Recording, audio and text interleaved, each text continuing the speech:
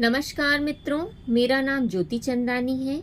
आज हम मुंशी प्रेमचंद्र जी के उपन्यास गबन पर चर्चा करेंगे और उससे जुड़े हुए कुछ महत्वपूर्ण पहलुओं पर विचार करेंगे। मुंशी प्रेमचंद्र जी का जन्म किसी भी उपन्यास को पढ़ने से पहले, कहानी को पढ़ने से पहले या नाटक को पढ़ने से पहले हमें उस रचनाकार के विषय में जानकारी का होना बहुत महत्वपूर्ण है, क्योंकि कभी कभी रचना जो कि सिलेबस में दी रहती है, पाठ्यक्रम में दी रहती है, उससे जो भी रचनाकार जुड़ा रहता है उसके विषय में पहले प्रश्न पूछा जाता है।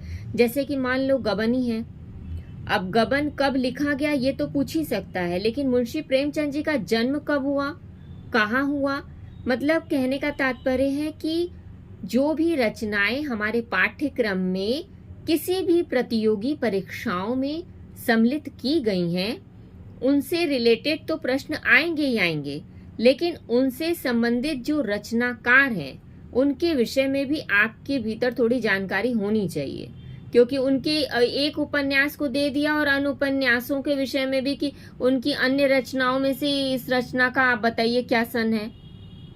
तो क्योंकि अब जो भी प्रश्न पूछे जा रहे काफी गूढ़ तरीके से पूछे जा रहे हैं, बच्चों को उलझाने के तरीके से पूछे जा रहे हैं, आपको लगेगा कि सारी चीजें आपको समझ में आ रही हैं, लेकिन विकल्प आपको उलझा देगा।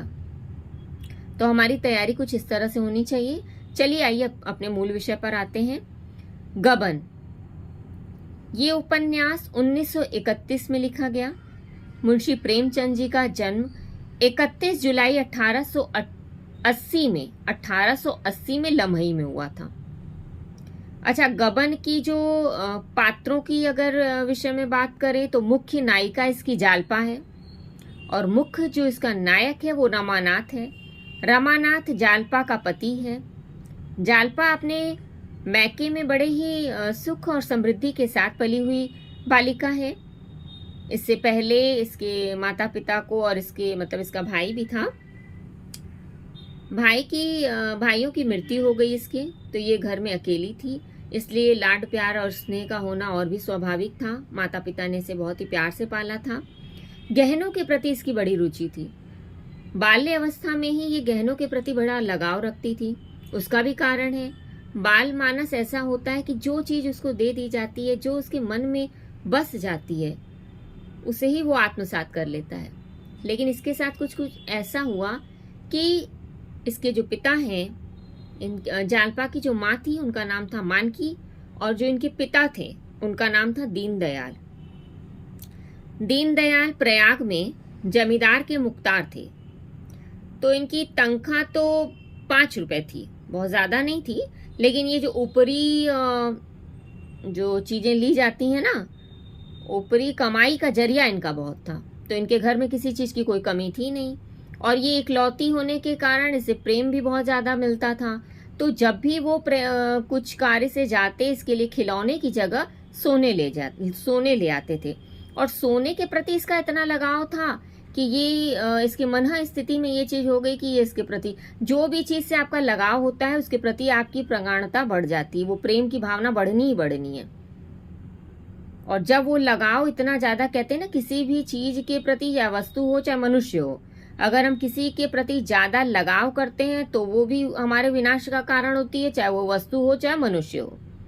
इसीलिए किसी भी वस्तु के प्रति भी हमारे हृदय में बस उतनी ही आकर्षित होने की भावना होनी चाहिए जितनी हमारी चादर है। अगर हम अपनी चादर से आगे कदम रखते हैं तो हमारे जीवन में चुनौतियां, परेशानियां आती ही रहती हैं, क्योंकि इच्छाएं कभी भी समाप्त होने वाली नहीं है। तो इनके पिता जो रहते हैं जालपा के, दीनदयाल, वो अपनी पुत्री की सब इच्छाएं पूर्ण करते रहते हैं। उसके कहने से पहले ही वस्तुएं उसके हाथ में आ जाती हैं, और ज्यादातर सोना ही वो देते थे। तो इनका जो जालपा का लगाव है सोने के प्रति और बढ़ गया। फिर इसकी माँ, जो कि जब एक बार दीनदयाल एक ठो लेकर आते हैं उनके लिए हार, तो जालपा देखकर उसे बहुत प्रसन्न होती है। वो माँ से जिद करने लगती है, और माँ भी बाल मनस की वो मनोस्थिति को समझते हुए कह देती है कि तुम्हारे ससुराल से तुम्हारे लिए चंद्रहार आएगा। अब वो बात उसके हृदय में इस प्रकार से मन स्थिति में बैठ जाती है कि उसको लगता है कि उसके ससुराल से चंद्रहार उसे अवश्य मिलेगा।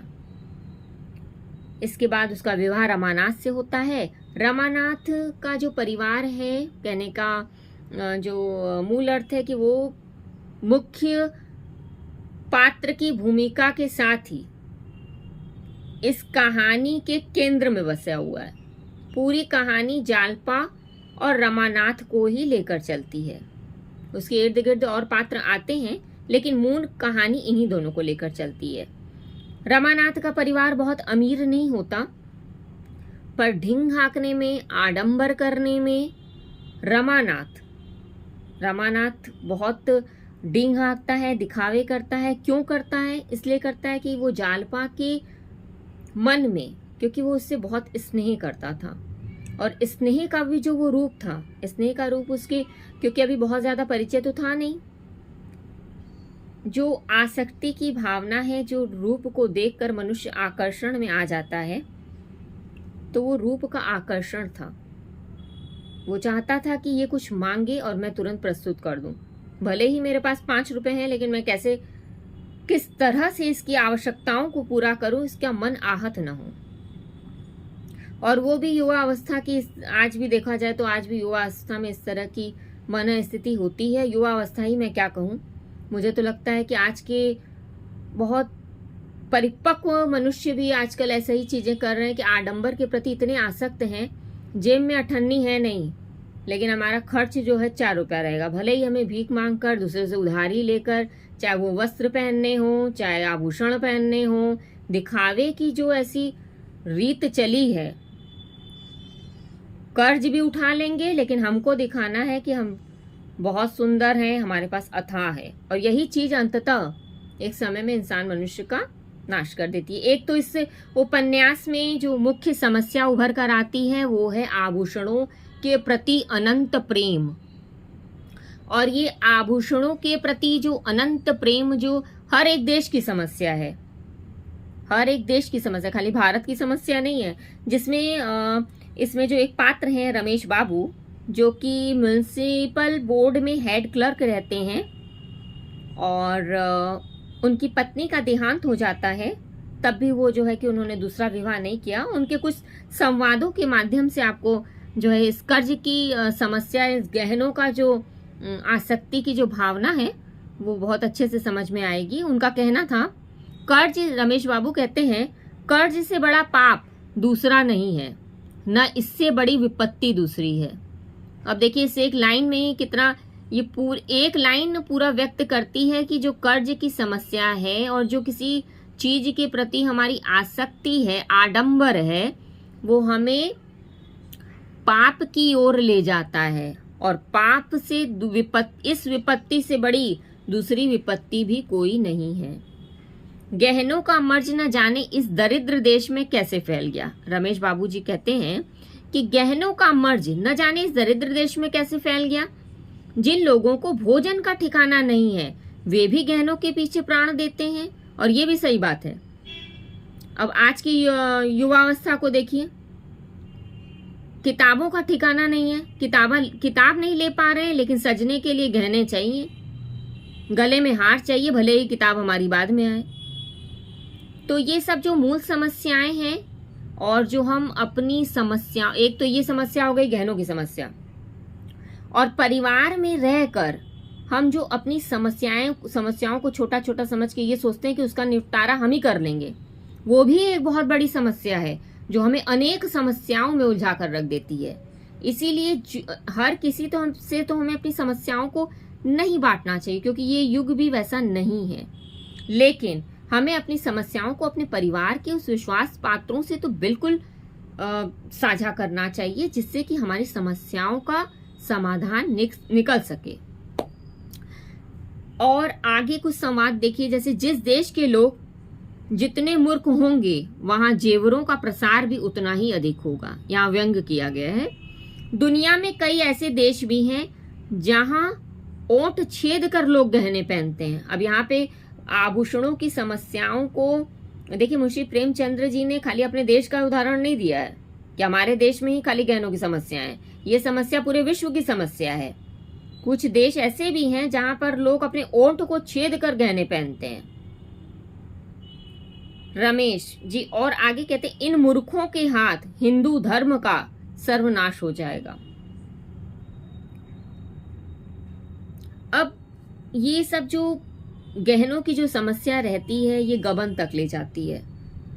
जालपा को गहने का बड़ा ही लगाव था। रमानाथ अपनी वास्तविक स्थिति से जालपा को कभी भी परिचित नहीं करा सका और यही उसके मन में जो शंका की भावना थी, जो संकोच की भावना थी, जो विचलित होने की भावना थी, इसने उसे गबन करने पर मजबूर कर दिया। एक सोनार से गहना बनवाना, फिर दूसरे सोनार से गहना बनवाना, इसके बाद फिर उसका पैसा न दे पाना, जालपा की मित्र रतन के लिए रतन से पैसे लेना और उसका भी समय पर उसको गहने न बना कर देना, अंततः फिर गबन अपने यहाँ करना। ये सारी समस्याएं इसलिए उत्पन्न होती हैं कि रमानाथ अपनी वास्तविक परिस्थिति से जालपा को कभी परिचित कराता ही नहीं है। वरना जो जालपा जैसी स्त्री जो है, जो कि अपने मायके में इतने प्यार से, स्नेह से और इतनी प्रेम से पली रहती है, उसके ऊपर तो सब कुछ न्यौछावर रहता है, कुछ कहती है और तुरंत मिल जाता है, खाने की भी उसके यहाँ कोई कमी नहीं रहती है, परंतु यहाँ आकर वो बहुत दारिद्र्यपूर्ण जीवन जीती है। और कई बार वो रमानाथ से पूछती है कि तुम अपनी वास्तविक स्थिति मुझे क्यों नहीं बताते, तुम मुझसे पर्दा क्यों करते हो। लेकिन बार बार यही संकोच रमानाथ के आगे आ जाता है और कहीं ना कहीं उसे ये लगता है कि कहीं मेरा प्रेम जो जालपा के प्रति है उसमें कुछ कमी ना आ जाए, कहीं मैं इसकी आवश्यकताओं को पूर्ण न कर पाऊं।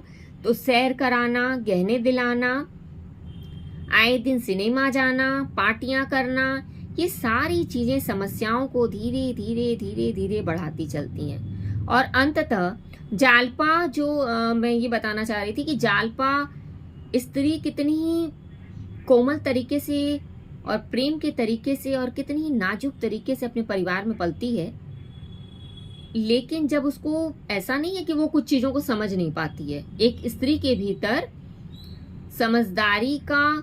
समझदारी की वो चेष्टा रहती है जो हमको लगता है कि शायद पुरुषों में भी नहीं होगी। वो जल्दी किसी चीज को समझ नहीं पाते हैं, समझने की चेष्टा करते भी हैं तो परिस्थितियों के साथ तालमेल नहीं कर पाते हैं। लेकिन जालपा अपनी स्थिति के साथ समझौता भी करने को तैयार थी, लेकिन पाप करने को तैयार नहीं थी। वो मजदूरी करने को भी, अब देखिए उसका दिखाया है कि मनुष्य का स्वभाव एक जगह स्थिर नहीं है, वो परिस्थितियों के अनुसार बदलता भी है।